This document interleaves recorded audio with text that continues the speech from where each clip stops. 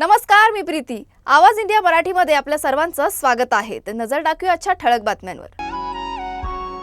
निवडणूक आयोगाने आज पत्रकार परिषद घेऊन मुंबई पालिकेच्या निवडणुकीची तारीख जाहीर केली आहे. निवडणूक आयोगाच्या घोषणेनुसार मुंबईत महानगरपालिकेची निवडणूक 15 जानेवारी 2026 ला होणार असून निकाल 16 जानेवारी रोजी लागणार आहे. मुंबईत एकूण 10,111 मतदार केंद्र असतील. मुंबईमध्ये 11 लाख दुबार मतदार आढळलेत. या मतदारांना तुम्ही नेमकं कोणत्या मतदान केंद्रावर मतदान करणार असं विचारण्यात येईल. तसेच या दुबार मतदारांच्या नावापुढे डबल स्टार असं नमूद असेल. निवडणूक लढवण्याची इच्छा असणाऱ्या उमेदवारांना 23 डिसेंबर ते 30 डिसेंबर 2025 या काळात अर्ज करता येतील. तर 2 जानेवारी 2026 या तारखेपर्यंत उमेदवारांना अर्ज मागे घेता येतील. निवडणूक आयोग 31 डिसेंबर 2025 ला अर्जाची छाननी करेल. राज्यातील 29 महानगरपालिकांसाठी 3,48,00,000 मतदार मतदान करणार आहेत. ओबीसी आरक्षणाच्या मुद्द्यावरून राज्यातील 29 महापालिकांच्या निवडणुका या गेल्या 5 ते 7 वर्षांपासून किंवा त्यापेक्षा जास्त कालावधीपासून प्रलंबित होत्या. राज्यातील 27 महापालिकांची मुदत संपली असून यासोबतच जालना आणि इचलकरंजी या 2 नवीन महापालिकांच्या निवडणुका होणार आहेत. या निवडणुकांसाठी 1 जुलै 2025 रोजीची मतदान यादी केंद्रीय निवडणूक आयोगाकडून ग्राह्य धरली जाईल. त्यामुळे या यादीतील नावे वगळण्याचा अधिकार राज्य निवडणूक आयोगाला नाही. महापालिका निवडणुकांसाठी खर्चाची मर्यादा निवडणूक आयोगाने निश्चित केली असून मुंबईसह अ वर्ग महापालिकांच्या एका उमेदवाराला 15 लाख रुपयांपर्यंत खर्च करण्याची परवानगी आहे. उमेदवारी अर्ज फक्त ऑफलाईन पद्धतीने स्वीकारले जातील. ज्या उमेदवारांकडे सध्या जात वैधता प्रमाणपत्र नाही त्यांना 6 महिन्याच्या आत ते सादर करणे आवश्यक आहे. तसेच मतदार जनजागृतीसाठी रील तयार करण्यात आल्या आहेत. राज्यातील 29 महापालिकांच्या निवडणुकीचा कार्यक्रम जाहीर झाल्यानंतर मुख्यमंत्री देवेंद्र फडणवीस यांनी प्रतिक्रिया देताना म्हटलंय, आमच्या सरकारने केलेलं काम पाहता मुंबईसह सर्वच ठिकाणी जनतेचा कौल आमच्या बाजूने असेल असा विश्वास त्यांनी व्यक्त केलाय. राज्यात सर्वच ठिकाणी एकनाथ शिंदेंची शिवसेना ही भाजपसोबत असेल तर पुण्यामध्ये पिंपरी चिंचवडमध्ये भाजप आणि राष्ट्रवादी एकमेकांसमोर उभे ठाकेल. पण ही मैत्रीपूर्ण लढत असेल असं मुख्यमंत्री म्हणाले. पंतप्रधान नरेंद्र मोदी यांचे काम तसेच महायुती सरकारने केलेले काम पाहता आम्हाला संधी मिळेल असं फडणवीस म्हणाले आहे. शिवसेना नेते आदित्य ठाकरे यांनी उपमुख्यमंत्री एकनाथ शिंदे यांच्या नेतृत्वातील सरकारवर टीका केली आहे. ठाकरे म्हणाले की पागडी प्रणालीतील पुनर्विकास धोरणे बिल्डर्स आणि जागा मालकांच्या फायद्याची असून मुंबईतील लाखो भाडेकरूंना विस्थापित करण्याचा प्रयत्न आहे. त्यांनी पागडी रहिवाशांना फसवी आश्वासनांवर विश्वास ठेवू नका असं आवाहन केलंय.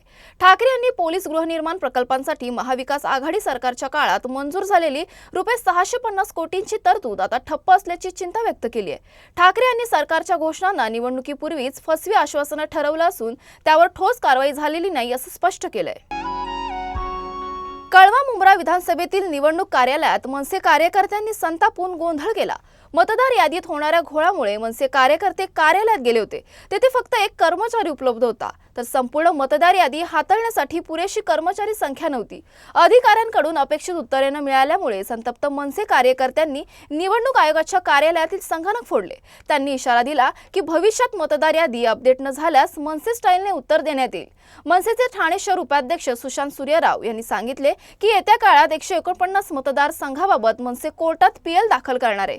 त्यांनी निवडणूक आयोगाकडे आरोप केला की अनेक वर्ष काम करत असतानाही आयोग कोणाच्या सांगण्यावरून काम करत आहे. औद्योगिक कामगार नगरी आणि महाराष्ट्राचे मिनी मँचेस्टर म्हणून ओळखल्या जाणाऱ्या इचलकरंजी शहराच्या पाणी प्रश्नावर मुख्यमंत्री देवेंद्र फडणवीस यांनी ठाम भूमिका घेतली आहे. इचलकरंजीचा पाणी प्रश्न सुटल्याशिवाय शांत बसणार नाही असं त्यांनी स्पष्ट केलंय. यावेळी त्यांनी सुमारे 430 कोटी रुपयांच्या विविध विकास कामांचे उद्घाटन, भूमिपूजन आणि लोकार्पण रिमोटद्वारे केलं. शहराचा सर्वांगीण विकास आणि उद्योगांना चालना देण्यासाठी आवश्यक ती कार्यवाही केली जाईल असंही त्यांनी सांगितलं. याच कार्यक्रमात छत्रपती संभाजी महाराजांचा पूर्णाकृती पुतळा श्री शंभू तीर्थ म्हणून लोकार्पण करण्यात आला.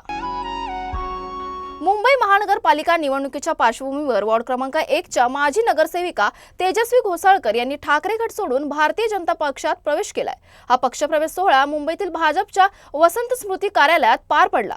पक्षप्रवेशानंतर तेजस्वी घोसाळकर म्हणाल्या की प्रभागातील विकास कामे योग्य पद्धतीने पार पाडण्यासाठी आणि पती अभिषेकच्या हत्ये प्रकरणात गती आणण्यासाठी त्यांनी हा निर्णय घेतला आहे.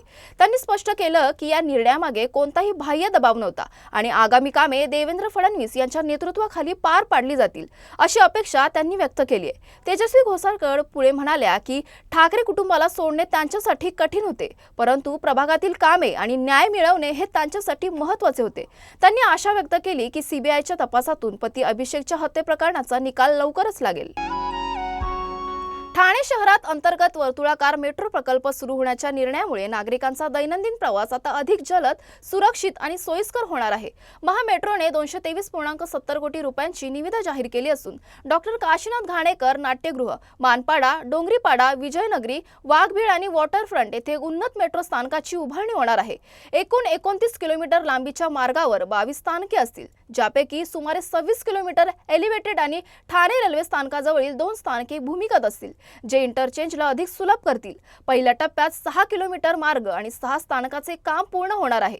या प्रकल्पांमुळे वागळे इस्टेट, घोडबंदर रोड, कोलशेत, साकेत यांसारख्या भागांना थेट मेट्रो कनेक्शन मिळेल, ज्यामुळे नागरिकांचा प्रवास वेगवान होऊन मोठी वेळ बचत होईल।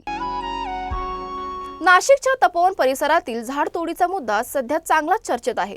2027 मध्ये होणाऱ्या सिंहस्थ कुंभमेळ्यासाठी तपोवन येथे साधुग्राम उभारण्याचा निर्णय घेण्यात आला असून त्यासाठी सुमारे 1800 झाडे तोडली जाणार आहेत। या निर्णयाला पर्यावरण प्रेमींनी तीव्र विरोध दर्शवलाय। मात्र तोडलेल्या झाडांच्या बदल्यात मोठ्या प्रमाणावर वृक्षारोपण आणि झाडांचे पुनरोपण केले जाईल असं आश्वासन राज्य सरकारकडून देण्यात आलंय। या पार्श्वभूमीवर आजपासून नाशिक शहरात 15,000 झाडांच्या वृक्षारोपण कार्यक्रमाला सुरुवात करण्यात आली। या कार्यक्रमाला मंत्री गिरीश महाजन, अखिल भारतीय आखाडा परिषदेचे पदाधिकारी तसेच त्र्यंबकेश्वर आणि नाशिक मधील विविध आखाड्यांचे साधू महंत उपस्थित होते। पहिल्या टप्प्यात 1000 झाडांची लागवड करण्यात येणार आहे। यावेळी अखिल भारतीय आखाडा परिषदेचे महामंत्री हरिगिरी महाराज यांनी पर्यावरण संवर्धनाचा संदेश देत झाडांची शिफ्टिंग करण्याची मागणी केली। मंत्री गिरीश महाजन यांनी 18,000 झाडे लावण्याचा संकल्प जाहीर करत संपूर्ण राज्यात अशाच प्रकारचे वृक्षारोपण अभियान राबवण्याचे आवाहन केले।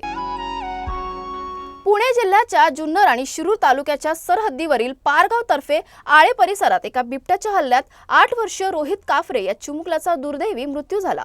मृतक रोहित हा शेतमजूर कुटुंबातील होता।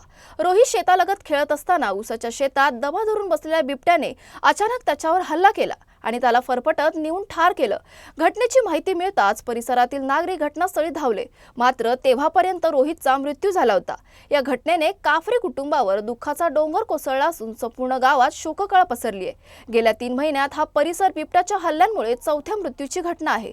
त्यामुळे ग्रामस्थांमध्ये भीतीचे वातावरण पसरले असून ते अजून किती निष्पाप बळी जाणार असा संताप व्यक्त करत आहेत। भाजप नेते आणि आमदार प्रवीण दरेकर यांनी विरोधकांवर टीका करताना म्हटलंय की आज त्यांच्याकडे निवडणुकासाठी कोणताही ठोस मुद्दा उरला नाही। कालच विधिमंडळात देवेंद्र फडणवीस यांनी स्पष्ट केले की जोपर्यंत चंद्र सूर्य आहे तोपर्यंत मुंबई महाराष्ट्रापासून कोणीही वेगळं करू शकत नाही। मात्र विरोधक भावनिक मुद्द्यावर राजकारण करत असून त्यांना विकासाचं राजकारण जमत नाही। तसेच त्यांनी तेजस्वी घोसाळकर यांच्या भाजप प्रवेशाबाबत स्पष्टीकरण देताना सांगितलं की तेजस्वी घोसाळकर यांचे पती मुंबई बँकेचे संचालक होते। एखाद्या व्यक्तीच्या निधनानंतर त्यांच्या कुटुंबाला आधार देणं ही मानवतेची जबाबदारी असते। त्याच भूमिकेतून त्या मुंबई बँकेच्या संचालिका झाल्या। देवेंद्र फडणवीस यांच्या नेतृत्वावर आणि मुंबईतील विकास कामांवर त्या प्रभावित झाल्या असून त्यातूनच त्यांनी भाजपमध्ये प्रवेश करण्याचा निर्णय घेतला। दरम्यान अनेक वर्ष उद्धव ठाकरे यांच्या शिवसेनेत नगरसेविका असलेल्या तेजस्वी घोसाळकर यांनी आज शिवसेनेची साथ सोडून भाजपमध्ये प्रवेश केला। तुर्तास वेळ झाली आहे इथेच थांबण्याची। नवीन बातम्या बघण्यासाठी पाहत राहा आवाज इंडिया मराठी।